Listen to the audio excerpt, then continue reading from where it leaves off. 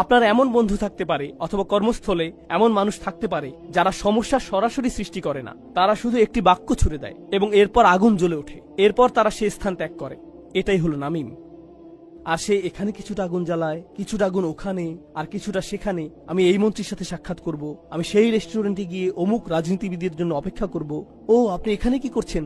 আপনার সাথে সাক্ষাৎ হয়ে ভালো লাগলো। সে কিন্তু এতটা সময় ধরে অপেক্ষা করেছিল শুধু একটি বাক্য প্রয়োগ করার জন্য। অন্য কেউ বিষয়টা খেয়ালও করবে না, যেটা প্রচ্ছন্ন অপপ্রচার। তো একটি হলো হাম্মাজ, উন্মুক্ত আক্রমণ, ঠিক সেই তীরের মতো যা বিদ্ধ করে। আরেকটা হলো মাশা বিনামিম, বিভিন্ন পক্ষের মাঝে উত্তেজনা সৃষ্টির জন্য ছোট ছোট বাক্য ছড়িয়ে ঘুরে বেড়ানো। এটা বেশ জঘন্য অপপ্রচারের কৌশল। যে এটা করছে সে তার কাজে বেশ দক্ষ। আর রসুল সাল্লাল্লাহু আলাইহি সাল্লাম যেহেতু অকপটভাবে তার দাওয়াতি কাজ করছেন, তার অগোচরে এই মানুষগুলোর নেটওয়ার্ক তার কাজকে নস্যাৎ করার চেষ্টায় রত, ফলে তার চিন্তিত হওয়ার কথা। আর আল্লাহ বলছেন, লা তুতি, এটা নিয়ে চিন্তা করবেন না। তারা যে খেলা খেলছে তা আমি আপনাকে বলে দিচ্ছি। ওয়ালা তুতি কুল্লা হাল্লাফিম মাহিন হাম্মাজিম মাশাইম বিনামিম। আর তাদের প্রকৃত অবস্থা আল্লাহ জানাচ্ছেন, মান্নাইল লিল খাইর মুতাদিন আথিম। তারা বলে বেড়ায় যে আমরা দেশের কল্যাণ কামনা করি, আমরা আমাদের জনগণের নিরাপত্তা নিশ্চিত করব, আমরা জাতীয় স্বার্থ রক্ষা করতে চাই। আল্লাহ বলেছেন এই মানুষগুলোই তারা যারা ভালো যে কোনো কিছুকে বাধাগ্রস্ত করে। মান্নাইল লিল খাইর। আর তারা নিজেদের গণ্ডির মধ্যে সকল আইন ভঙ্গ করে, মুতাদ। আর তারা প্রতিনিয়ত পাপের মধ্যে আছে, প্রতিনিয়ত অন্যায়ের মধ্যে রয়েছে। এরা হলো সবচেয়ে খারাপ ধরনের মানুষ। মান্নাইল লিল খাইর মুতাদিন আথিম। একই সাথে এটা বর্ণনা করছে যে এই লোকগুলোর মনে অন্য কারো প্রতি শুভকামনা থাকে না, বরং তারা কল্যাণের ক্ষেত্রে বাধা হয়ে দাঁড়ায়। তারা কোনো ধরনের কল্যাণের প্রসার ঘটতে দেয় না। আর এই সবগুলো উল্লেখ করে আল্লাহ বলছেন, উতুল্লিন বাদা যালিকা জানিম। আরবিতে উতলা হলো একটা জমি যা কেটে ফেলা হয়েছে অথবা খুঁড়ে ফেলা হয়েছে। আপনার উঠোনে যদি পুকুর তৈরির জন্য একটা গর্ত খুঁড়েন, তখন এক পাশে মাটি স্তূপ করে রাখা হয়। এখন এই যে মাটিগুলো জমির মাটি থেকে আলাদা করা হয়েছে, এটাই উতলা। একজন ব্যক্তি যে উতুল, সে নিজেকে অন্য সকলের চেয়ে আলাদা মনে করে। অন্য সকলে হলো কীটপতঙ্গ এবং পশু, কীটপতঙ্গ এবং পশু। অন্য সকলে হলো শুধু সংখ্যা এবং পরিসংখ্যান। গুরুত্বপূর্ণ বিষয় হলাম আমি এবং আমার আশেপাশের মানুষজন। এগুলোই গুরুত্বপূর্ণ। অন্য সকলের সাথে যা ঘটার ঘটবে। আর শেষ অংশে আল্লাহ বড় ধরনের একটা অপমান করেছেন, বাদা যালিকা জানিম। সর্বশেষ যে অপমান আল্লাহ করেছেন তা হলো এই সকল বৈশিষ্ট্য ছাড়াও সেই ব্যক্তিটি জানিম। আরবিতে জানাম হলো এমন ব্যক্তি যে দাবি করে যে সে একটি গোত্রের অন্তর্ভুক্ত, কিন্তু প্রকৃতপক্ষে সে সেই গোত্রের অন্তর্ভুক্ত নয়, অথবা সে অবৈধ সন্তান, অর্থাৎ বিবাহ বহির্ভূত সম্পর্ক থেকে যার জন্ম। এরকম ব্যক্তিকে তারা বলতো জানিম। ইদ্দা আন্নাহু মিন কওম লাইসা মিনহুম হাদা হুয়া জানিম। তো সে দাবি করছে যে সে একটি গোত্রের অন্তর্ভুক্ত, কিন্তু সে আসলে তা নয়। আল্লাহ এই শব্দটি ব্যবহার করে এই ব্যক্তিটিকে বর্ণনা করেছেন যার কোনো আনুগত্য নেই, এমনকি তার গোত্রের প্রতিও, এমনকি তার পরিবারের প্রতিও তার নিজে ছাড়া অন্য কারো প্রতি আনুগত্য নেই। সে চূড়ান্তভাবে নোংরা একজন রাজনীতিবিদ, বক্তব্যে খুবই পারদর্শী, অপপ্রচারে খুবই পারদর্শী, কৌশলে সিদ্ধহস্ত, কোনো কল্যাণের প্রসার রোধে প্রতিজ্ঞাবদ্ধ, আর নিজে ছাড়া অন্য সকলের প্রতি আনুগত্যহীন। উতুল্লিন বাদা যালিকা জানিম। এই সব কিছুর পরেও তার কেন প্রভাব রয়েছে? সে যদি এতই জঘন্য মানুষ হয়ে থাকে, এরকম মানুষের কেন প্রভাব রয়েছে? আনকানা যা মালিন ওয়া বানিন। তার অর্থ এবং লোকবল রয়েছে, এটাই তার আদর্শ, অর্থ সম্পদ। আর আগের দিনে বানিন হলো আপনার লোকবল, তারা হলো আপনার সহযোগী। গোত্রগত বিবেচনায় বানিন হলো আপনার সেনাবাহিনী। যেমন প্রাচীন সময়ে ইয়াকুব আলাইহিস সালামের সন্তানেরা নিজেদেরকে উসবাহ বলে আখ্যায়িত করেছিল, তাই না? নাহনু উসবাহ, কারণ তারা গৃহের সেনাবাহিনী, তারাই গৃহের নিরাপত্তা রক্ষী। আধুনিক সময়ে বানিন অর্থ শুধু এটা না যে আপনার সন্তান সন্ততি রয়েছে। আধুনিক সময়ে বানিন হলো আপনি সামরিক শক্তির অধিকারী, পারমাণবিক শক্তির অধিকারী, ট্যাঙ্কের অধিকারী, আয়রন ডোমের অধিকারী। এগুলো আপনার বানিন।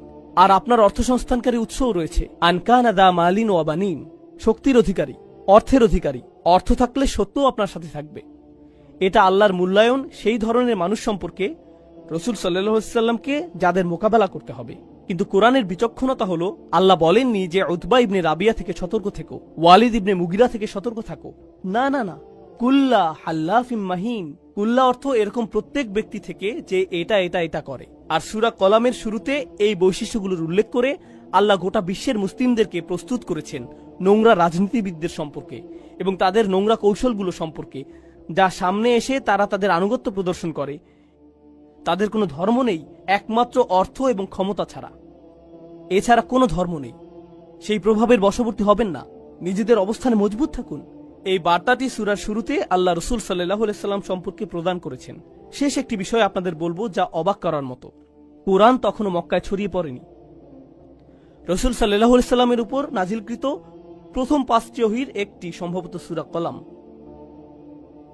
এটি একেবারে শুরুর দিকের প্রাথমিক ওহীগুলোর একটি। এটা থেকে মনে হয় যে তিনি ইতিমধ্যেই আদর্শিক লড়াইয়ে জড়িয়ে পড়েছেন, কিন্তু না।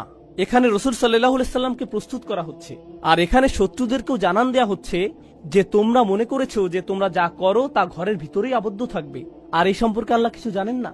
আল্লাহ জানেন এবং তিনি তার রাসূলকেও জানিয়ে দিয়েছেন আল্লাহর কাছে গোপন কিছুই নেই, তোমরা প্রকাশিত হয়ে গিয়েছো।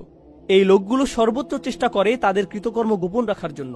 এজন্যই তারা হেল্প করতে থাকে, বারবার প্রতিজ্ঞা করতে থাকে। তাদের গোটা প্রচারণার উদ্দেশ্যই হলো তাদের কৃতকর্ম গোপন রাখা, নিজেদের হাতকে সরাসরি রক্তে রঞ্জিত না করা, জঘন্য কাজগুলো অন্য কাউকে দিয়ে করিয়ে নেয়া। এই জন্যই তারা নামিমাহ করে বেড়ায়। আর আল্লাহ কি করলেন? আল্লাহ তাদের প্রতি আঙ্গুলি নির্দেশ করে দেখিয়ে দিলেন। তিনি সকল আবরণ, সকল অপপ্রচার, সকল ধূম্রজাল দূর করে দিলেন যার পেছনে তারা লুকিয়ে থাকত।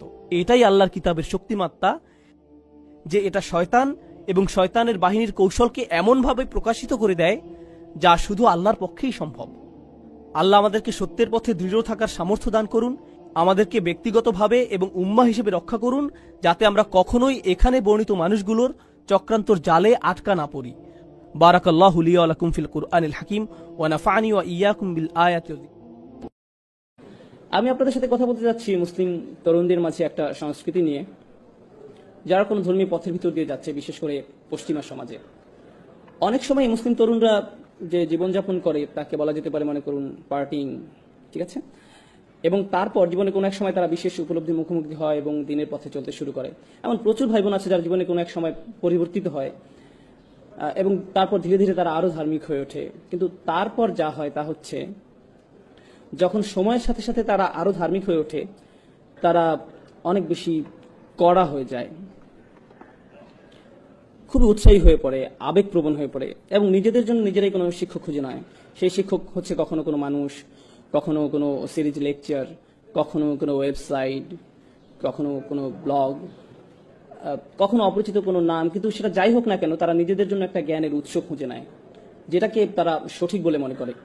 এর প্রতি তারা খুবই অনুরক্ত হয়ে পড়ে এবং আস্তে আস্তে যা ঘটতে শুরু করে তা হচ্ছে তারা খুব কঠোর, খুব অনমনীয় হয়ে ওঠে। তারা লক্ষ্য করতে শুরু করে যে তাদের চারপাশে মানুষরা ঠিক তাদের মতো না। তারা যাকে শিক্ষক মানে, তার চারপাশে মানুষরা তাকে শিক্ষক মানে না। তারা যেভাবে দিনকে বোঝে অন্যরা সেভাবে বোঝে না। তাই প্রথমে যা হয় তা হচ্ছে তারা তাদের চারপাশের, বিশেষ করে তাদের পরিবারের মানুষদের ব্যাপারে হতাশ হতে শুরু করে। মুসলিম তরুণটি ভালো দিকে পরিবর্তন হতে শুরু করলে সবার আগে যাদের প্রতি হতাশ হয় তাহলে তার পরিবার। কেন তোমরা বোঝো না? এটাই দিন পালনের সঠিক পথ। এবং এমন আরো অনেক অনেক সংঘর্ষের সৃষ্টি হয়। আপনি যদি মুসলিম হন এবং আপনার পরিবার যদি অমুসলিম হয় তাহলে তা আরো বেড়ে যায়। কিন্তু মুসলিম পরিবারের মাঝে থেকেও যদি আপনি দিনকে নতুন করে আবিষ্কার করেন তাহলেও এমন সমস্যার সম্মুখীন হতে হয়। এরকম সমস্যা শুধু যে পরিবারের মাঝে সীমাবদ্ধ থাকে তা নয়, বরং বন্ধু মহলেও বিস্তার ঘটে। অনেক সময় এমন হয় যে আপনার দীর্ঘদিনের বন্ধু, কিন্তু সে কোনো ধর্মীয় পথের ভিতর দিয়ে যাচ্ছে না, বা হয়তো সে যাচ্ছে কিন্তু পথটা ঠিক আপনার মতো না, আপনার দিনের বুঝ হয়তো তার মতো না, অথবা কিছু বিষয় হয়তো তারা আপনার মতো এতটা কঠোর না, এবং এটা আপনার পক্ষে মেনে নেওয়া খুব কষ্টকর হয়ে যাচ্ছে। আপনি তখন তাদের প্রশ্ন মানে জর্জরিত করে তোলেন। যখন আপনি এমন মানুষদের সংস্পর্শে আসেন যারা দিনকে আপনার মতো করে দেখে না, তখন এটাকে কেন্দ্র করে আপনি তাদের বুঝিয়ে দেন যে তারা ভুল আর আপনি ঠিক। এভাবেই তাদের দিন পালন করা উচিত এবং এছাড়া কোনো পথ নেই, ইত্যাদি ইত্যাদি।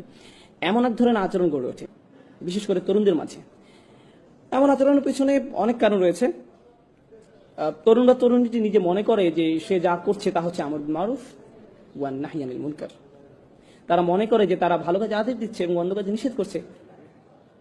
তারা তো তাদের ভাই বোনদেরকে হাদিস বা কোরআনের আয়াতই বলছে, ভালো কাজই তো করছে, এটাই তো তাদের করা উচিত, এমন কথাই তাদের মাথায় থাকে। তারা যা বুঝতে পারে না তা হচ্ছে এখানে আরো একটা ব্যাপার ঘটছে, অন্য আরো কিছু ঘটছে। দিনের পথে আসার আগে আপনি হয়তো বন্ধু মহলের মনোযোগের কেন্দ্রবিন্দু ছিলেন, আপনি গুন্ডা মাস্তান যাই ছিলেন না কেন সকলের মধ্যমণি হয়ে থাকতেন। যখন আপনি ধর্মের পথে আসলেন তখন আপনাকে ঘিরে আর সেটা রইল না, কিন্তু আপনার তখন এমন কিছু একটা চাই। অন্যদের উপর নিজের আধিপত্য দেখানোর জন্য আপনার ভেতরে এক ধরনের জেদ কাজ করে। আপনার মনে হয় যে আমি মানুষকে দেখাতে চাই কোনো না কোনো ভাবে আমি তোমাদের চেয়ে সেরা। এবং এই ঘুরপথে চলতে গিয়ে বেশিরভাগ সময় নিজের অজান্তেই অধিকাংশ সময় তারা মানুষকে যে ধর্মীয় মতামত প্রদান করে তার মাধ্যমে তারা নিজেদের শ্রেষ্ঠত্ব দেখাতে চায়। তারা মানুষের কাছে প্রমাণ করে দিতে চায় যে অন্যরা আসলে ধর্মটা ঠিকমতো জানে না, আমি ধর্ম সম্পর্কে ঠিকমতো জানি, আসো তোমাকে বলি কোনটা সঠিক, আসো তোমাকে এই আয়াতটা শিখাই, তোমাকে এই হাদিসটা শিখাই, তুমি জানো না এটা এভাবে না ওভাবে। মানে ধর্ম নিজেই আপনার ইগো প্রকাশের মাধ্যম হয়ে ওঠে। এমন ঘটনা খুবই দুঃখজনক, কারণ ধর্ম নাজিল হয়েছিল যেন আমরা নিজেদের বিনয়ী করে তুলি, কিন্তু এখন আমরা সেই একই ধর্ম ব্যবহার করছি নিজেদের অহংকার প্রকাশ করতে, দাম্ভিকতা প্রকাশ করতে। তবে এটা এমন নয় যে শুধু আমাদের তরুণদের মাঝেই ঘটে থাকে, বরং বড়দের মাঝেও হয়। আপনারা ইবলিসের কথা জানেন, সে কিসে আল্লাহর অবাধ্য হয়েছিল? সে সিজদা করতে রাজি হয়নি। আদম আলাহিসাল্লামকে আল্লাহ কি কাজ দিতে যাচ্ছিলেন, কেমন উচ্চ বেতন তিনি পেতে যাচ্ছিলেন, আদম আলাহিসাল্লাম কি পদোন্নতি পেতে যাচ্ছিলেন, যেটা দেখে ইবলিস বলে উঠেছিল না না না না না, আমি এই কাজের জন্য বেশি উপযুক্ত। কি ছিল সেই কাজ? আল্লাহ তাআলা কি উদ্দেশ্যে মানুষ সৃষ্টি করেছিলেন? ইবাদতের উদ্দেশ্যে, ঠিক। এবং আদম আলাহিসাল্লামকে বলা হয়েছিল ইন্নী জাইলুন ফিল আরদি খলিফা। আল্লাহ ওনাকে কোথায় ন্যস্ত করেছিলেন? পৃথিবীতে। এবং এটা কি ছিল? আল্লাহর কাজ করার দায়িত্ব। এটা একটা ধর্মীয় উপাধি। আরো সহজভাবে যদি বলি, আদম আলাহিসাল্লামকে ধর্মীয় সম্মাননা দেওয়া হয়েছিল, দুনিয়াবী সম্মান না। উনাকে কোনো উচ্চ বেতন বা বিলাস বাড়ি দেওয়া হয়নি, ওনাকে ধর্মীয় মর্যাদা দেওয়া হয়েছিল। তাই আপনি যদি এই বিষয়টা নিয়ে ভাবেন তাহলে কিছুটা অবাক হবেন। ইবলিস এক ধর্মীয় মর্যাদার কারণে আদম আলাহিসাল্লামকে হিংসা করেছিল, তার ইগো প্রকাশ পেয়ে গিয়েছিল, কারণ সে মনে করেছিল আল্লাহর দিনের কাজ করার জন্য আদমের চেয়ে সে বেশি যোগ্য, দিনের কাজ করার জন্য আমি বেশি যোগ্য। এবং এই অহংকার প্রকাশ পেয়ে যায় যখন কেউ দাবি করে যে মসজিদের সভাপতি হওয়ার জন্য আমি বেশি উপযুক্ত, সভাপতি পদের জন্য আমি বেশি উপযুক্ত। তাকে কেন বেছে নেওয়া হলো? কেন তাকে এই কাজ দেওয়া হলো? কেন আমাকে নেওয়া হলো না? এটা একটা ধর্মীয় কাজ। সভাপতি হলে আপনাকে টাকা দেওয়া হবে না, মসজিদ পরিচালনার জন্য তো আপনাকে নতুন গাড়ি দেওয়া হবে না, কিন্তু তারপরও আমেরিকা জুড়ে আমরা দেখতে পাই কিসের জন্য মানুষ জান দিয়ে লড়ে যাচ্ছে? ধর্মীয় খেতাবের জন্য। মসজিদ পরিচালনা কে থাকবে? কার কথা শোনা হবে? কিন্তু কেন? এই রোগের সূচনা কোথায় হয়েছিল? সেই কাহিনী যথেষ্ট পুরানো। এই রোগের ভাইরাস ইবলিসের থেকে শুরু হয়েছিল। সে ওই ধর্মীয় কর্তৃত্ব চেয়েছিল। মূল বিষয় হচ্ছে এটা এক প্রকার অসুখ, এবং এটা যদি কারো মাঝে থাকে তাহলে তার সেটা অতি সত্বর চিহ্নিত হওয়া উচিত। যখন আপনার মনে হয় ভাগ্যিস আমি ছিলাম, না থাকলে এই মানুষদের একদম বিপদে চলে যেতে হতো, এদের সঠিক পথ দেখানোর জন্য অন্তত আমি আছি, যদি এটা আপনার মনোভাব হয়, আপনি ভয়ঙ্কর সমস্যা আক্রান্ত। সত্যি আপনি ভীষণ সমস্যায় আছেন, কারণ আপনি ভাবছেন এই দিন কার উপর নির্ভর করে? আপনার উপর। দিনের আমাদেরকে প্রয়োজন নেই। আল্লাহর দিনকে আমাদের প্রয়োজন, কিন্তু আল্লাহর দিনের আমাদেরকে প্রয়োজন নেই। আল্লাহু গানিয়ুন হামিদ। আল্লাহ সুবহানাহু ওয়া তাআলা সমস্ত প্রয়োজন থেকে মুক্ত, তার আমাদেরকে প্রয়োজন নেই। আমাদের নিজেদের আরো বিনয় হওয়া দরকার। আমি এতক্ষণ ধর্মীয় দৃষ্টিকোণ থেকে ইগোর কথা বলছিলাম, কিন্তু পরিবারের মাঝেও দেখা যায় যে আমরা বলছি আমি মারা গেলে এই পরিবার দেখাশোনা কে করবে, কে বিল পরিশোধ করবে, আমি না করলে কে এসব করবে, এমন ভাবনা আপনার মনে আসে, ঠিক। কিন্তু আপনারা জানেন আমাদের মৃত্যু কবে হবে সেটা নির্ধারণ করা আছে। কিন্তু আপনি যতই ভাবুন না কেন যে আমার এত টাকা জমাতে হবে বা অত টাকা জমাতে হবে, আমাকে প্রমোশন পেতে হবে বা ইত্যাদি, আপনি চিন্তা করেন আপনাকে কি কি করতে হবে, কিন্তু যদি আল্লাহ তাআলা ঠিক করেন যে আপনি আজ রাতে মারা যাবেন, তাহলে যা নির্ধারিত তাই হবে। এবং আমি চলে যাওয়ার পর আমার সন্তান, আমার স্ত্রী, আমার স্বামী, যেই হোক না কেন, আল্লাহ তাআলা ইতিমধ্যেই তাদের দেখাশোনা করছেন। এটা কখনোই ভাবা উচিত না যে আমি তাদের দেখাশোনা করছিলাম, আল্লাহ তাআলা তাদের খেয়াল রাখছিলেন। আমি নিজেকে ভোলাচ্ছিলাম এই ভেবে যে সবকিছু আমার উপর নির্ভর করে। কোনো কিছু আমার উপর নির্ভর করে না। কারো ভালো করার ক্ষমতা আমার নেই, সকল ক্ষমতা আল্লাহর। যেহেতু ইগোই মূল সমস্যা, ইগো কোত্থেকে আসে? আপনার মধ্যে ইগো তখনই জন্মায় যখন আপনি সত্যিকার অর্থে আল্লাহর মহত্বকে মূল্যায়ন করতে ব্যর্থ হন, যখন আপনি আল্লাহকে সমাদর করতে জানেন না, তখন আপনি আল্লাহকে প্রশংসা করার স্থানে নিজের ব্যাপারে উচ্চ ধারণা পোষণ করেন। এখান থেকেই অহংকারের শুরু। সমস্যাটার গোড়া এখানেই। সুতরাং ইনশাআল্লাহ প্রথমে যে বিষয়টা আমি বলতে চাই তা হলো, সেসব মানুষ যারা ধর্মের লেবাস পরে থাকে, তারা দেখতে ধার্মিক, তাদের কথাবার্তা ধার্মিক, তাদের জ্ঞান আছে, আল্লাহ তাআলা যেন আমাদেরকে এইসব হতে রক্ষা করেন। এটা খুবই ভয়াবহ সমস্যা। এদেরকে যে মানুষটা দাঁড়িয়ে তার চেয়ে বেশি প্র্যাকটিসিং মনে হয়।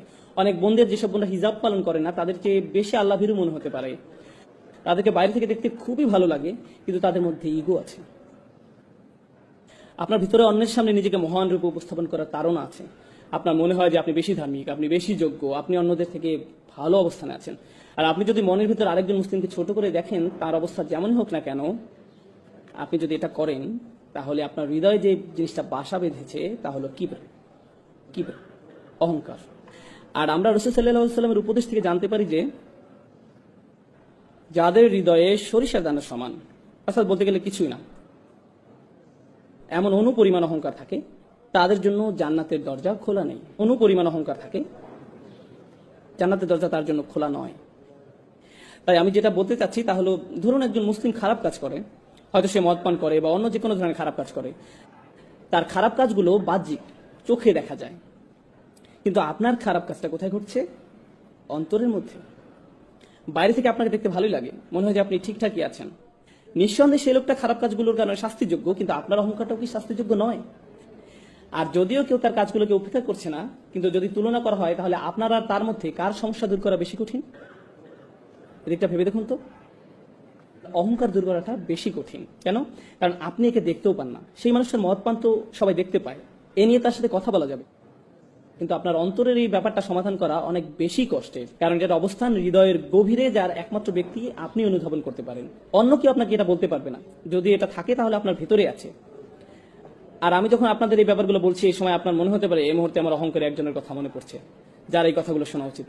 অন্য কারো ব্যাপারে চিন্তা করবেন না, তাহলে স্বয়ং আপনার মধ্যেই অহংকারের চিহ্ন আছে। কার কথা আপনার মনে আসা উচিত? আপনার নিজের কথা।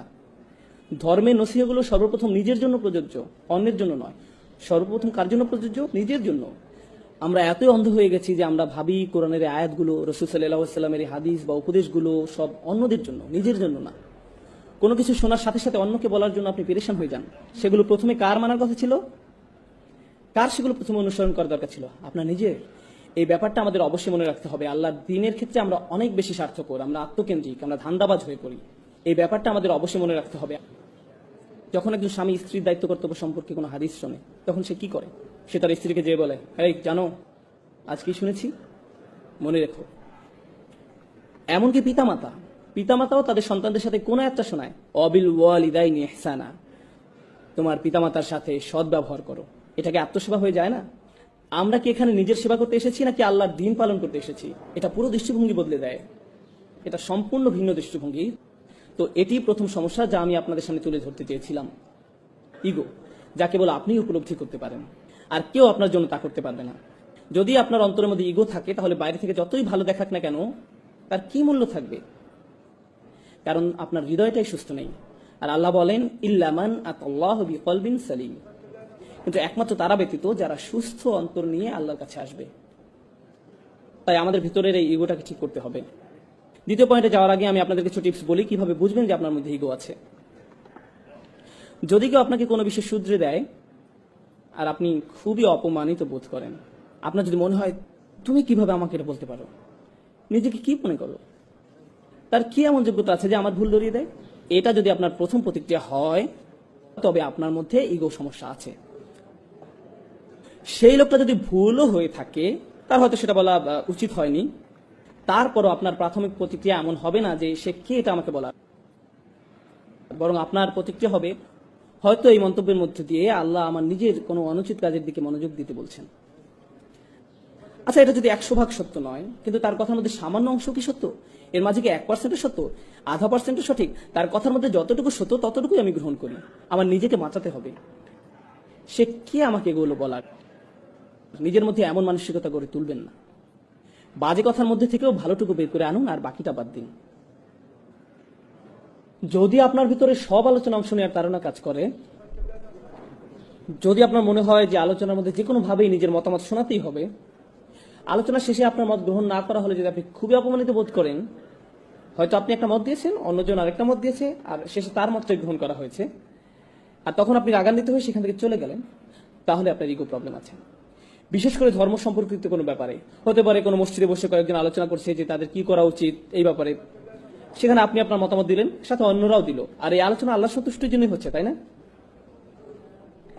আপনি মসজিদ বিষয়ে অথবা অন্য কোনো ব্যাপারে যে মতামতটা দিলেন, সেটা কাকে খুশি করার জন্য? আল্লাহকে খুশি করার জন্য। আপনি তো সেটা নিজের জন্য দেননি। দেখা যাক আমার মতে প্রাধান্য পায় কিনা, এটা তো আপনার লক্ষ্য ছিল না। আর যদি সেজন্যই দিয়ে থাকেন তাহলে আপনার চিন্তার মধ্যে সমস্যা আছে।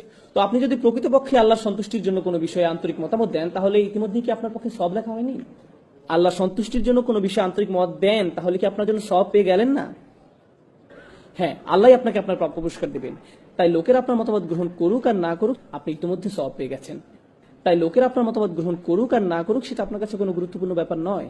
কারণ আপনি যে জিনিসটা চেয়েছিলেন তা তো আপনি পেয়ে গেছেন। কিন্তু আপনার নিয়ত যদি আল্লাহ সন্তুষ্ট অর্জন না হয়ে নিজের মতামতের প্রাধান্য হয়, তাহলে আপনি বলবেন না, আমি আমার মত দিয়েছি যাতে এটাই প্রধান মত হয়, আর সেটা না হতে আমি অপমানিত বোধ করছি। এভাবে নিজেকে সহজেই যাচাই করা যেতে পারে। অন্যকে আপনার ইগো চেক করতে পারবে না। যদি আপনি কষ্ট পান তাহলে নিজেকে নিজে প্রশ্ন করুন। এই ব্যাপারগুলো চর্চা করা অনেকটাই কঠিন, তারপর আমাদের নিজেদেরকে যাচাই করা চালিয়ে যেতে হবে। সুতরাং প্রথম সমস্যাটা হলো ইগো, যাদেরকে বাইরে থেকে ধার্মিক মনে হয় কিন্তু ভেতরে নিজেদের অন্য থেকে বড় করে উপস্থাপন করার ধারণা কাজ করে। দ্বিতীয় সমস্যাটাও অনেকটা একই ধরনের।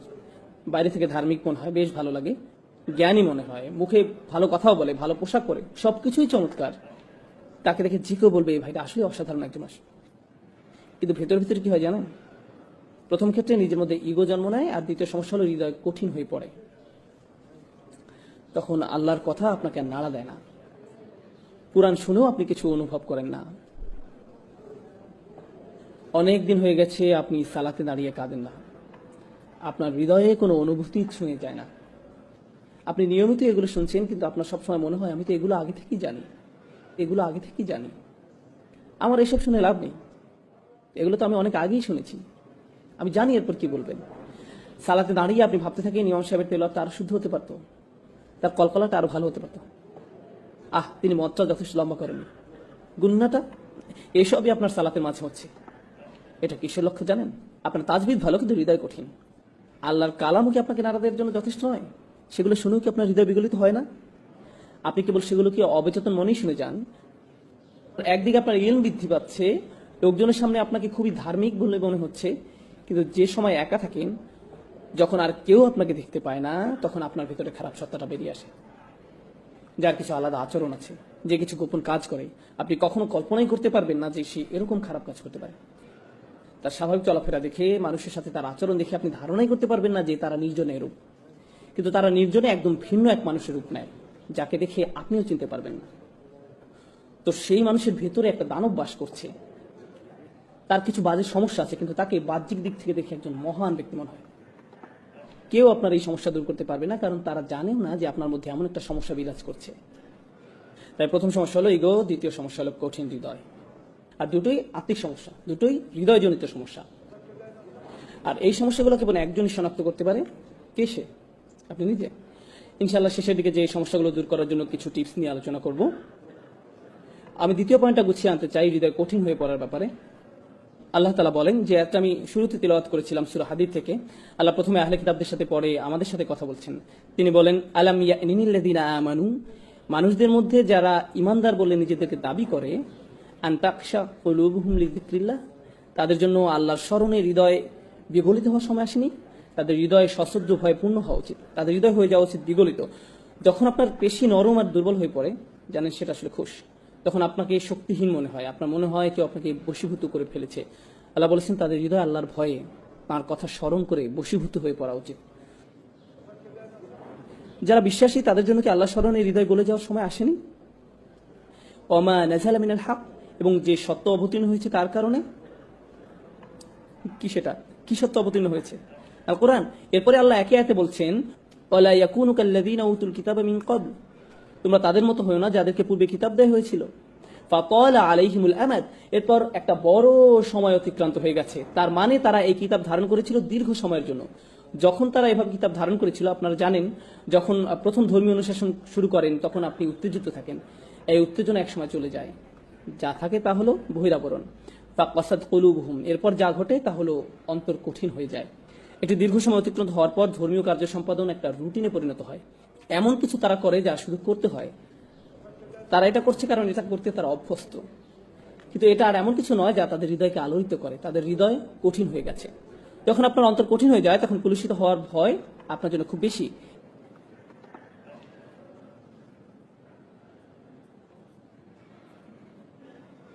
এজন্য আয়াতে বলা হয়েছে ওয়াকাসিরুম মিনহুম ফাসিকুন, তাদের অধিকাংশই পাপাচারী, তাদের বড় একটা সংখ্যা হলো খারাপ।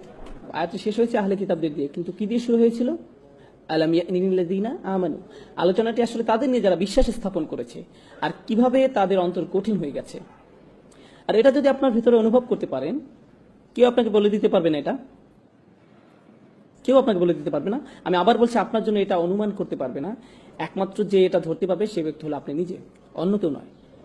আপনি আল্লাহর সামনে কতটুকু বিনয়ী, আপনি অন্যদের সামনে কতটুকু বিনয়ী, এই বিষয়টা আপনাকে বলে দিতে পারবো না, আমি আপনাকে বলে দিতে পারবো না, একমাত্র আপনি বলতে পারবেন। আপনি যদি কখনো হতাশা ভোগেন, আপনি বুঝতে পারবেন যে আপনার অন্তর আসলে কঠিন হয়ে গেছে, আর আপনি নিজে এই সমস্যাটা আপনার মধ্যে বাড়তে দিয়েছেন। যখন কোনো ধর্মীয় ব্যক্তির উপস্থিতি খুবই ভীতিকর মনে হয়, কোনো দেখতে ধার্মিক লোক, তাকে দেখার সাথে সাথে আপনার মনে ভীতি তৈরি হয়, তাদের সাথে কথা বলতে আপনি আতঙ্কিত হন, তাদের আশপাশে যাওয়া আতঙ্কজনক হয় আপনার জন্য, আপনি আতঙ্কগ্রস্ত হয়ে পড়েন। অনেক সময় যেসব বোন হিজাব পরেন না, তারা হিজাব পর একজনকে আসতে দেখলে তারা রাস্তা ক্রস করে অন্যদিকে চলে যান, ওই যে হিজাব পুলিশ আসছে, এবং সে নিশ্চয়ই আমাকে এমন কিছু বলবে যে আমার মন খারাপ করে দিবে।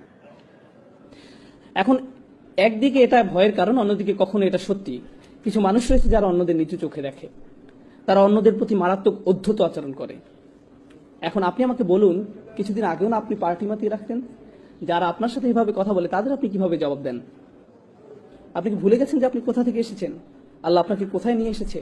কারণ মানুষ ভুলে যায় যে তারা কি ছিল আর আল্লাহ তাদের কোথায় এনেছেন। তারপর কয়েক বছর অতিক্রান্ত হওয়ার পর যখন তারা ভালো হয়ে যায়, তখন এমন কাউকে দেখলে তারা বলে আস্তাগফিরুল্লাহ, সে এমন কিভাবে হলো? আপনি কোথায় ছিলেন? এই লোককে দেখে তো আপনার শিক্ষা নেওয়া উচিত, আপনি তো ঠিক তার মতোই ছিলেন। আল্লাহর যে রহমত আপনার উপর বর্ষিত হয়েছে তা আপনার স্মরণ করা উচিত। কুনতুম আলা শাফা হুফরাতিন মিনান নার, আপনি দোজখের একেবারে প্রান্তে ছিলেন, ফাআনকাযাকুম মিনহা, তিনি আপনাকে রক্ষা করেছেন। আর সেই আয়াতে আল্লাহ বলছেন ফাআল্লাফা বাইনা কুলুবিকুম, তিনি তোমাদের অন্তরে ভালোবাসা সৃষ্টি করেছেন। আপনারা আপনাদের অন্তরসমূহের মাঝে যদি ভালোবাসা পেতে যান, তাহলে আপনাকে মনে রাখতে হবে যে আপনি নিজেও একদিন এই পথে ছিলেন, এবং আপনাকে সেখান থেকে রক্ষা করা হয়েছে। আপনাকে এজন্য রক্ষা করা হয়নি যে আপনি খুব স্মার্ট মানুষ, আপনি রক্ষা পাওয়ার যোগ্য। এটা আপনার প্রতি কার অনুগ্রহ ছিল? এটা আপনার প্রতি আল্লাহর অনুগ্রহ ছিল। কোন সাহস আপনি অন্যদের দিকে কিভাবে তাকান, কিভাবে এমন মন্তব্য করেন? এই দাম্ভিকতা জঘন্য ব্যাপার, এটা আপনার সকল ভালো কাজ ধ্বংস করে দিবে, সব ভালো কাজ ধুয়ে মুছে দিবে। অধিকাংশ ক্ষেত্রেই আমাদের যুবকরা যারা তীব্র বিতর্কে লিপ্ত হয়, যে কোনো বিষয় নিয়ে হতে পারে ধর্মতত্ত্বের বিষয়, হতে পারে ফিকের বিষয়, হতে পারে একটা সংগঠনের পদ নিয়ে, যে কোনো ব্যাপার নিয়ে হোক না কেন, আপনার জানের বিতর্কের মূল কারণ কি? ইগো। আসলে এটা আত্ম অহংকারের কারণে হয়ে থাকে। মানুষ স্কলারদের সম্পর্কে কথা বলে যেন তারা ক্রীড়াবিদকে নিয়ে কথা বলছে।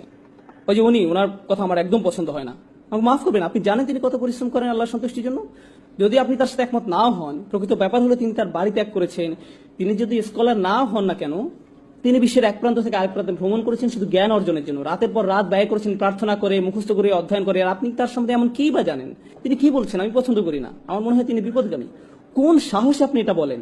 আপনি কি করেছেন? কিসে আপনার এমন অবস্থান নিয়ে যায় যে আপনি তার সম্বন্ধে এমন মন্তব্য করেন?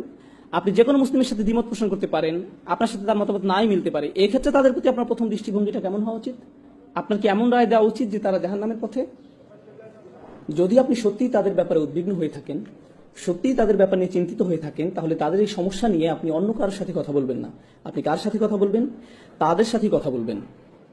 আপনি সরাসরি তাদের সাথে কথা বলবেন যদি আপনার মাঝে আন্তরিকতা থেকে থাকে। তাহলে আপনি আপনার উৎকণ্ঠার কথা অন্য কারো কাছে বলবেন না। অন্যথায় আপনার মাঝে আন্তরিকতার অভাব পরিলক্ষিত হয়। এর ফলে বোঝা যায় যে আপনার মাঝে ইগো আছে। আপনার নিজ দলের প্রতি আপনি পক্ষপাতিত্ব দেখাচ্ছেন, নিজ মতের পক্ষে দাঁড়িয়েছেন, বা অন্য সম্পর্কে আপনি যা তা বলছেন। এটা অপরিপক্ক, এটা দাম্ভিকতা, আত্মহংকারমূলক। এটা তাই যদি আমাদের অবস্থা এই পর্যায়ে এসে পৌঁছে, তাহলে আমাদের মধ্যে প্রতিষেধক প্রয়োজন। সর্বপ্রথম প্রতিষেধক হলো আশা হারিয়ে যায়নি। সুবহানাল্লাহ। পরবর্তী আয়াতে আল্লাহ চমৎকার করে বলছেন, ইয়ালামু, তোমরা জেনে রাখো, আন্নাল্লাহা ইউহয়িল আরদা বা'দা মাউতিহা, অবশ্যই আল্লাহ ভূভাগকে তার মৃত্যুর পর পুনরুজ্জীবিত করেন। পূর্ববর্তী আয়াতে আল্লাহ অন্তসমূহ সম্পর্কে কথা বলেছিলেন, আর এখন তিনি কি বিষয়ে কথা বলছেন? ভূপৃষ্ঠকে জীবন দেওয়া সম্পর্কে। আল্লাহ আপনাদের বলছেন যে যেভাবে আল্লাহ পৃথিবী পৃষ্ঠকে জীবন দান করতে পারেন মৃত্যুর পরে, ঠিক সেভাবে আল্লাহ আপনার অন্তরকেও জীবন দান করতে পারেন। আপনার অন্তর পুনরায় কোমল হতে পারে। আমরা অলৌকিক নিদর্শনাবলী প্রকাশ করেছি যাতে তোমরা বুঝতে পারো। বুঝতে পেরেছেন?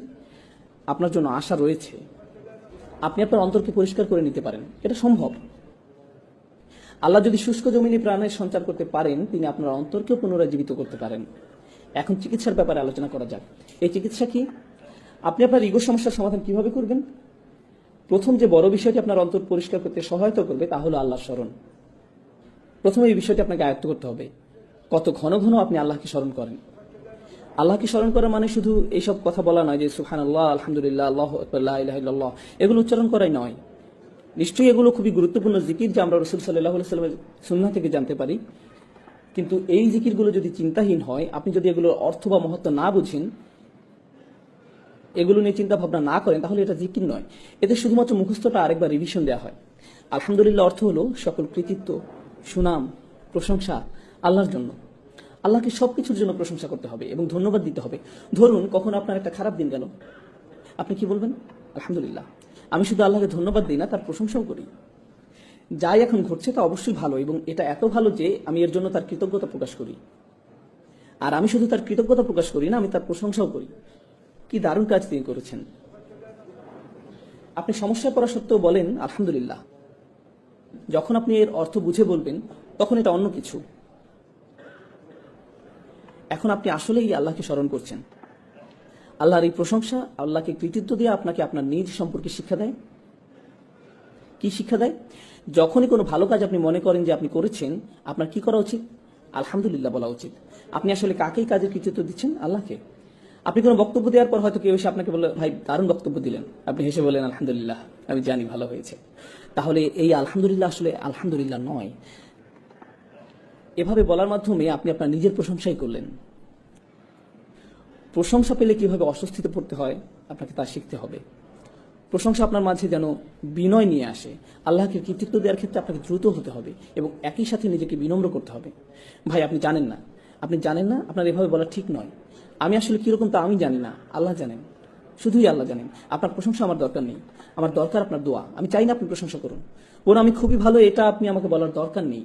না, আমি আপনার কাছ থেকে এটা শুনতেও চাই না। এটা আসলে আমাকে সাহায্য করে না, এটা আমার ক্ষতি করে। কারণ কেউ যখন আমার প্রশংসা করে, তখন এটা আমার মাঝে কি জাগিয়ে তোলে? আমার ইগো। আর এটা মানুষের জীবনের সবচেয়ে ভয়ঙ্কর সমস্যা। তাই কেউ অন্য কারো প্রশংসা করার মাধ্যমে তার উপকার করছে না। আর নম্রতা সম্পর্কে শেষ যে বিষয়টি আমি আপনাদের সাথে শেয়ার করতে চাই, সেটা হলো যখন কেউ আপনাকে বাজে কথা বলে বা আপনাকে অপমান করে, এটা আসলে আপনাকে বিনয়ী করতে সাহায্য করে। তারা হয়তো আপনার প্রতি একটা অনুগ্রহ করলো, তারা মনে করতে পারে যে তারা আপনাকে ছোট করতে পেরেছে, কিন্তু এটা হয়তো আল্লাহর তরফ থেকে আপনার জন্য একটা মেসেজ বা একটা উপহার। এর মাধ্যমে আল্লাহ আপনাকে নম্রতা উপহার দিলেন। এই জন্য ইবনে তাইমিয়া রাহমাতুল্লাহ আলাইহি বলতেন, যখন কেউ আমাকে কষ্ট দেয়, আমি মনে করি এটা আল্লাহর পক্ষ থেকে উপহার। তিনি আমাকে নম্রতা শিক্ষা দিচ্ছেন। সুবহানাল্লাহ। এটা একটা ব্যতিক্রম উদাহরণ। এরপর মানুষের উপকার করা শিখুন, শুধুমাত্র আল্লাহর সন্তুষ্টির জন্য। অনেক সময় কেউ কেউ সাধ্যের অতিরিক্ত করে ফেলে। ধার্মিকদের প্রতি এটাই আমার শেষ বক্তব্য, বিশেষ করে তরুণদের জন্য। তারা অনেক কর্মকাণ্ডে অংশ নেয়, তারা সংগঠনে অংশ নেয়, তারা দলে যোগদান করে, তারা মসজিদে যোগদান করে, তারা বিভিন্ন অনুষ্ঠানে যায়, তারা সবসময় কর্মঠ থাকে, তারা ডান বাম করতেই থাকে। এরপর কি ঘটে জানে? তারা ইচ্ছা শক্তি হারিয়ে ফেলে, তারা পুরোপুরি ক্লান্ত হয়ে যায়। যখন তারা পুরোপুরি ক্লান্ত হয়ে যায়, এরপর তারা কখনোই আগের অবস্থায় ফিরে আসতে পারে না। ভারসাম্য রাখুন, ধীরে ধীরে অগ্রসর হন। আপনাকে সপ্তাহের এক ছুটিতেই সব করে ফেলতে হবে না, অথবা গ্রীষ্মের ছুটিতেই সব করতে হবে এমন নয়, বরং ধীরে ধীরে অগ্রসর হন। ইনশাআল্লাহ আপনি গতি ধরে রাখতে পারবেন। এবং যখন আপনি শুধু আল্লাহর জন্যই কোনো কিছু করবেন এবং আপনি হতাশ হয়ে যান না, কোনো ফলাফল হচ্ছে না, এই জন্য উদাহরণ হিসাবে এই অনুষ্ঠানের কথা বলা যাক। আমাকে দাওয়াত দেওয়া হয়েছিল, আমি বলেছিলাম ঠিক আছে আমি রবিবার আসবো। শনিবার রাতে কেন নয়? কারণ তখন এখানে কেউ থাকবে না। জানেন আমার প্রথম মতামত কি ছিল? তো কি হয়েছে? আমি আপনাদের জন্য এখানে আসছি না। আমি কেন আসছি? আর বড় কোনো কারণ আছে। আপনারা আমাকে কিছু দিচ্ছেন না, কে দিচ্ছেন? আল্লাহ। ঠিক তাই এখানে একজন থাকুক, 100 জন থাকুক, আর কেউ না থাকুক, আমি কি আমার বিনিময়ে পাবো? যদি আমার নিয়ত ঠিক থাকে, আমি পেয়েছি। যদি আমার নিয়ত ঠিক থেকে থাকে। আপনি কেন এখানে এসেছেন? কারণ আপনার বন্ধু আপনাকে আসতে বলেছে, কারণ আপনাকে আসতে জোর করা হয়েছে, কারণ আপনার গাড়ি এখনো ছাড়ছে না, তাই আপনি এখানে আটকে গেছেন, এই জন্য? তাহলে আপনি কিছু অর্জন করতে পারলেন না। কিন্তু আপনার যদি এখানে আসার কারণ থাকে এরকম যে আজ রাতে আমি আল্লাহকে স্মরণ করব, আমি আল্লাহর আরো নিকটবর্তী হব, এমনকি যখন কিছু হচ্ছে না আপনি সেটার অপেক্ষায় আছেন, এই অপেক্ষার সময়টাও আপনার পক্ষে পুণ্য লেখা হচ্ছে। দৃষ্টিভঙ্গি পরিবর্তন করুন, নিয়তের পরিবর্তন করুন, ঠিক আছে? এটা আপনার জীবন ভর অনেক সাহায্য করবে।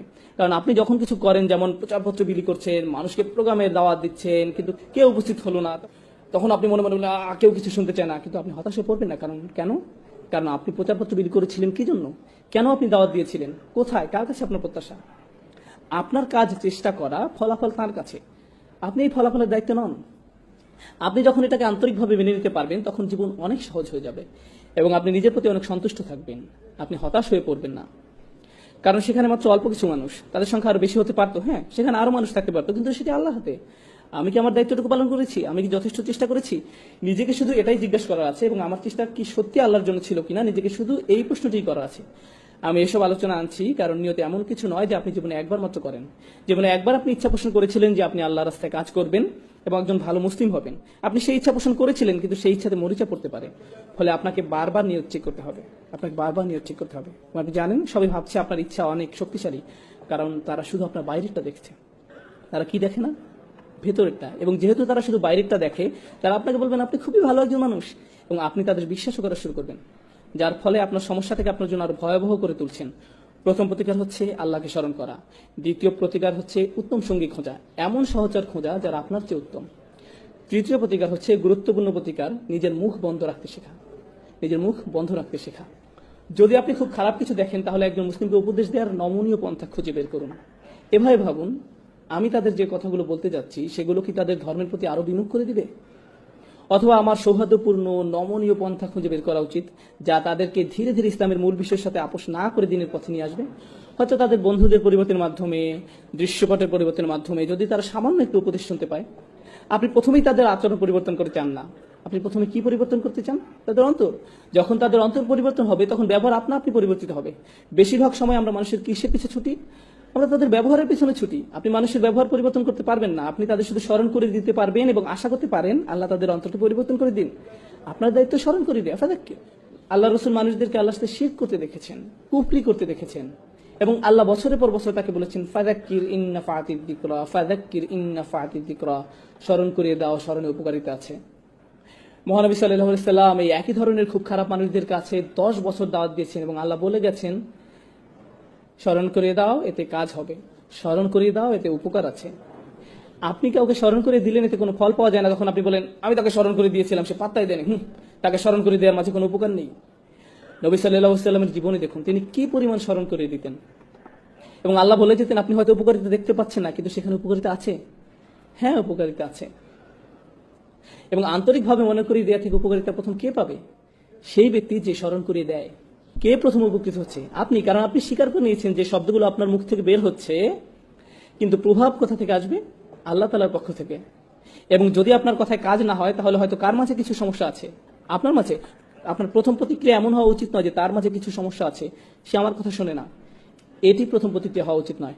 আপনি জানেন নবী সাল্লাল্লাহু আলাইহি সাল্লাম যখন মানুষকে উপদেশ দিতেন, দাওয়াত দিতেন, এবং তারা ওনার কথা শুনতো না, তখন ওনার মনে চিন্তা উকি দিত হয়তো আমি আমার দায়িত্ব ঠিকভাবে পালন করতে পারছি না, হয়তো আমি এই কথাগুলো আরো ভালোভাবে বলতে পারতাম। এবং তখন আল্লাহ তাআলা তাকে মনে করে দিতেন না না না, আপনি আপনার দায়িত্ব ঠিকভাবে পালন করেছেন, আপনার যা করার কথা আপনি তাই করেছেন, আপনি শুধু সতর্ক করে যান, আপনি শুধু সতর্ক করে যান, ফলাফল নিয়ে দুশ্চিন্তা করবেন না, আপনার যা করার কথা শুধু তা করে যান।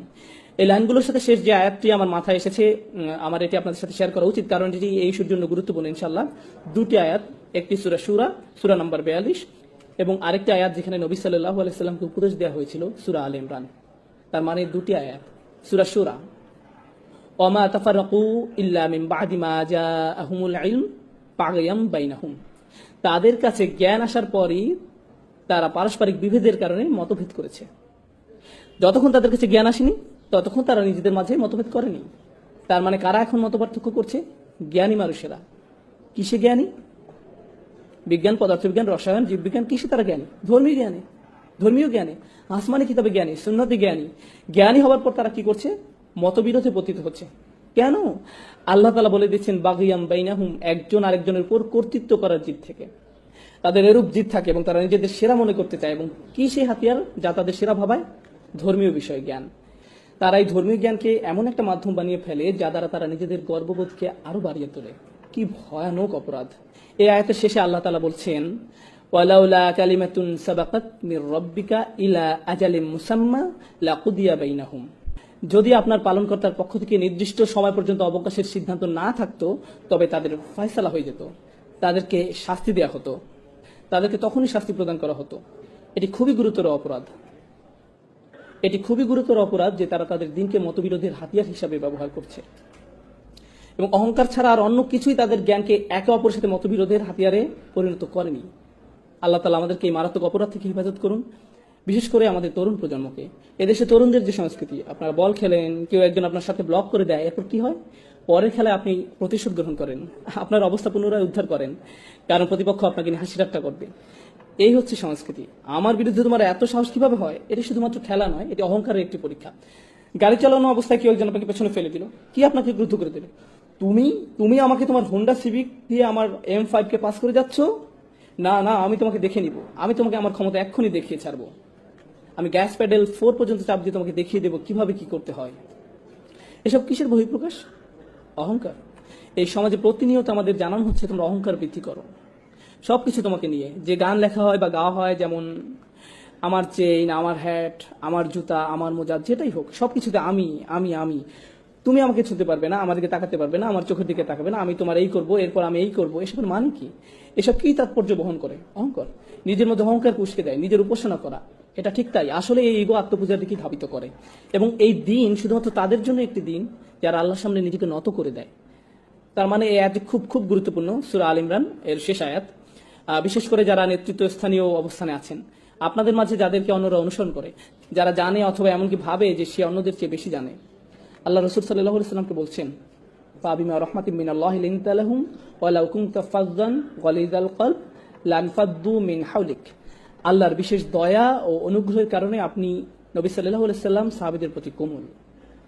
ওয়া লাউ কুনতা ফাযযান গালিযাল কলব, যদি আপনি তাদের প্রতি শক্ত হতেন, কঠোর হৃদয়ের হতেন, অনমনীয় হতেন, জিদ করতেন, এমনকি যদি তাদের সাথে কথা বলার সময় কিছু পরিমাণ কঠোরতা প্রদর্শন করতেন, লানফাদ্দু মিন হাওলিক, তারা আপনার থেকে দূরে সরে যেত। তারা কারা? সাহাবারা। আপনার থেকে দূরে পালিয়ে যেত। আপনি কে? রাসূল সাল্লাল্লাহু আলাইহি ওয়াসাল্লাম। চিন্তা করতে পারেন, সাহাবারা রাসূল সাল্লাল্লাহু আলাইহি ওয়াসাল্লাম থেকে দূরে পালিয়ে যেত। আল্লাহ বলেননি আপনি যদি সত্যের পথে না ডাকেন তাহলে তারা পালিয়ে যাবে। আপনি যদি তাদের কোরআন শিক্ষা দেওয়া বন্ধ করে দেন তাহলে তারা পালিয়ে যাবে। আপনি যদি ওহী প্রকাশ না করেন তাহলে তারা পালিয়ে যাবে। রাসূল সাল্লাল্লাহু আলাইহি ওয়াসাল্লাম কি করলে তারা পালিয়ে যাবে? তিনি এখনো কোরআন শিক্ষা দিচ্ছেন, এখনো সত্যের সন্ধান দিচ্ছেন, সবকিছুই ঠিক আছে। শুধুমাত্র কি পরিবর্তনের কথা এই আয়াতে বলা হয়েছে? যা তাদেরকে দূরে সরিয়ে দিবে। যদি তিনি সাহাবীদের প্রতি কঠোর হন, কঠিন হন, এতটুকুই যথেষ্ট, তারা দূরে সরে যাবে। সুবহানাল্লাহ, কি দারুণ শিক্ষা আল্লাহ দিচ্ছেন। আল্লাহ কি দারুণ শিক্ষা রাসূল সাল্লাল্লাহু আলাইহি ওয়াসাল্লামকে দিচ্ছেন। সর্বোৎকৃষ্ট নেতার প্রতি যদি এই শিক্ষা হয়, তাহলে কি আপনার মনে হয় না যে এটি আমাদের জন্য বেশি প্রযোজ্য? এটি অবশ্যই প্রযোজ্য। যদি আপনি কোনো নেতৃস্থানীয় অবস্থানে থাকেন, যদি আপনাদেরকে হাত ওঠাতে বলি, হাত ওঠানোর দরকার নেই, কথার কথা। আমি যদি হাত দেখাতে বলতাম আপনারা কয়জন নেতৃস্থানীয় আছেন আপনি জানেন? আপনাদের প্রত্যেকের হাত ওঠানো উচিত। আপনারা প্রত্যেকেই নেতৃস্থানীয় লোক। আপনাদের সবার সে অবস্থান আছে যেখান থেকে আপনারা অন্য কাউকে উপদেশ দিতে পারেন, এবং এটি খুবই ভালো। কিন্তু আপনি কিভাবে উপদেশ দিবেন? বিশেষ করে যদি তারা মুসলিম হয়, তাদেরকে ধর্ম থেকে আরো দূরে সরিয়ে নিয়ে যাওয়ার পরিবর্তে আরো ধৈর্যশীল হন। আমি বলছি না কাউকে ভুল কিছু করতে দেখলে তা মেনে নিবেন। যদি হারাম কিছু করতে দেখেন তাহলে বলবেন, দেখুন আমি জানি এটি হারাম, আমি আসলে আপনার জন্য উদ্বিগ্ন। এটি বিভিন্নভাবে বলা যায়। এই কাজটি করাতে দোজখে যাবে তুমি জানো, এটা একভাবে বলা। নিজের কাজের জন্য তোমার লজ্জিত হওয়া উচিত, এটা বলার একটা ধরন। ভাই আমি সত্যি তোমার জন্য উদ্বিগ্ন, সিরিয়াসলি তুমি জানো ওটা খারাপ, আর আমি তোমাকে ভালোবাসি। তুমি কেন এটা করছো? তোমার কোনো সাহায্য লাগবে? আসলে কেন বন্ধ করছো না? এটা বন্ধ করো, আসো এটা নিয়ে আলোচনা করি আন্তরিকতার সাথে। আন্তরিকতা এটা দেখানো যায় না, তবে প্রকাশ করা যায়। এতে প্রকাশ পায় আপনি আন্তরিক নাকি শুধু ওদের প্রতি আপনার মন্তব্য প্রকাশ করতে চান বা তাদের ছোট করতে চান। এখানে পার্থক্য আছে। আপনি মানুষের সাথে কিভাবে বলেন তার মধ্যে পার্থক্য আছে। আদিল্লাতিন আলাল মুমিনিন, তারা মুসলমানদের প্রতি বিনম্র আচরণ করে। কুরআনে এভাবে বলা আছে, কিন্তু আপনি কিভাবে জানবেন আপনি আন্তরিক কিনা? এই আয়াতে এটা বলা আছে। এরপরে আমরা শেষ করব। ফাআফু আনহুম ওয়াস্তাগফির লাহুম ওয়াশাওিরহুম ফিল আমর, কাজেই আপনি তাদের ক্ষমা করে দিন, তাদের জন্য মাগফিরাত কামনা করুন এবং কাজে কর্মে তাদের সাথে পরামর্শ করুন। তাদের ভুলের পর আপনি তাদের প্রতি সহনশীল যদি তারা ভুল করে ফেলে। প্রথম কাজ, তাদের মমতার সাথে ক্ষমা করে দিন। ফাআফু আনহুম। এরপর আল্লাহ সুবহানাহু ওয়া তাআলার কাছে ক্ষমা প্রার্থনা করুন। আল্লাহর কাছে ক্ষমা প্রার্থনা মানে এই নয়, ধরুন কোনো ভাই কিছু করলো আর আপনি বললেন, এই যাই হোক আল্লাহ তাআলা তোমাকে ক্ষমা করে দিক। এটা ফাস্তাগফির লাহুম নয়। আপনি কখন তাদের জন্য আল্লাহর কাছে ক্ষমা চাইবেন? যখন আপনি নিজের জন্য আল্লাহর কাছে ক্ষমা চাইছেন, নির্জনে। নির্জনে প্রার্থনার মানে কি? আন্তরিকতা। ওটা আন্তরিক, অকৃত্রিম। সবার সামনে যদি বলেন, ভাই তুমি অনেক ভুলের মধ্যে আছো, আল্লাহ তাআলা তোমাকে ক্ষমা করুন, আমি তোমার জন্য দোয়া করব, আয়াতে এটা বলা হয়নি। ওটা আসলে কিসের প্রকাশ? দম্ভ, অহংকার। তাদের জন্য আন্তরিকভাবে নির্জনে দোয়া করুন, ফাস্তাগফির লাহুম। আর ওরা যাতে বোঝে যে আপনি ওদেরকে ভদ্র মানুষ মনে করেন, ওয়াশাওিরহুম ফিল আমর, তাদের সাথে পরামর্শ করুন, তাদের মতামত গ্রহণ করুন, তাদের মতামত জানতে চান, তাদেরকে ভদ্র মানুষ হিসাবে গণ্য করুন। রাসূল সাল্লাল্লাহু আলাইহি ওয়াসাল্লামের কারোর সাথে পরামর্শ করার প্রয়োজন ছিল না। ওনার কাছে যা নাজিল হতো ওহী, সে অনুযায়ী উনি সিদ্ধান্ত দিতে পারতেন। কিন্তু আল্লাহ সুবহানাহু ওয়া তাআলা ওনাকে সিদ্ধান্ত গ্রহণে অন্যদের সাথে পরামর্শ করার আদেশ দিয়েছেন। কেন? যাতে তারা অনুভব করে কি সংযুক্ত, সম্মানিত। এটা একজন নেতার চারিত্রিক বৈশিষ্ট্য হওয়া উচিত। উনি তাঁর অধীনে যারা ছিল তাদেরকে বুঝতে দিয়েছেন যে তারাও সম্মানিত। ওয়াশাওিরহুম ফিল আমর, এবং কাজে কর্মে তাদের সাথে পরামর্শ করুন। ফাইদা আযমতা ফাতাওয়াক্কাল আলাল্লাহ, যখন আপনি কোনো সিদ্ধান্ত নেন আল্লাহ তাআলার উপর বিশ্বাস রাখুন, কারণ আপনার সিদ্ধান্তই সাফল্যের চাবিকাঠি নয়। সব সাফল্যের মূলে আছেন আল্লাহ সুবহানাহু ওয়া তাআলা। ইন্নাল্লাহা ইউহিব্বুল মুতাওয়াক্কিলিন, আল্লাহ তার উপর নির্ভরকারীদের ভালোবাসেন। আল্লাহ আমাদেরকে আমাদের চেয়েও ভালো মানুষদের সঙ্গ দান করুন, যেন আমরা আমাদের অহংবোধ নিয়ন্ত্রণ করতে পারি। আল্লাহ সুবহানাহু ওয়া তাআলা আমাদের এই তৌফিক দিন, যেন আমরা আমাদের আশেপাশে মানুষদের সদ উপদেশ দিতে পারি। যারা বলে লা ইলাহা ইল্লাল্লাহ, যারা আমাদের সাথে এই চমৎকার কালেমায় বিশ্বাস করে, তারা আমাদের রক্তের সম্পর্কের আত্মীয়ের থেকেও অনেক বেশি ভালোবাসার দাবি রাখেন। লা ইলাহা ইল্লাল্লাহ আমাদের রক্তের বন্ধন থেকেও বেশি কাছের করে দেয়। আমরা যেন সব মুসলিমদের সাথে সেই রকমের ভালোবাসা এবং সহমর্মিতা অনুভব করতে পারি, আন্তরিকতা তাদের প্রতি প্রকাশ করতে পারি। আল্লাহ আমাদেরকে সেই তৌফিক দান করুন, আমিন। ভালো উপদেশ যাদের প্রয়োজন তাদের অন্তরে যেন তা প্রবেশ করতে পারে, আল্লাহ সেই তৌফিক দান করুন। আল্লাহ সুবহানাহু ওয়া তাআলা আমাদের উপদেশ গ্রহণ করার ক্ষমতা দিন, আমরা যেন এর সবটুকু ভালো গ্রহণ করতে সমর্থ হই, এবং উপদেশ যেন আমাদের অহংবোধ বাড়িয়ে তোলার কোনো মাধ্যম না হয়ে ওঠে। আল্লাহ আমাদেরকে তার সামনে বিনম্র রাখুন, আমাদের অতীত ভুলগুলো ক্ষমা করে দিন, আমরা যেন প্রতিনিয়ত আমাদের অন্তঃকরণকে পরিশুদ্ধ করি। আল্লাহ আমাদেরকে সেই তৌফিক দান করুন, আমিন।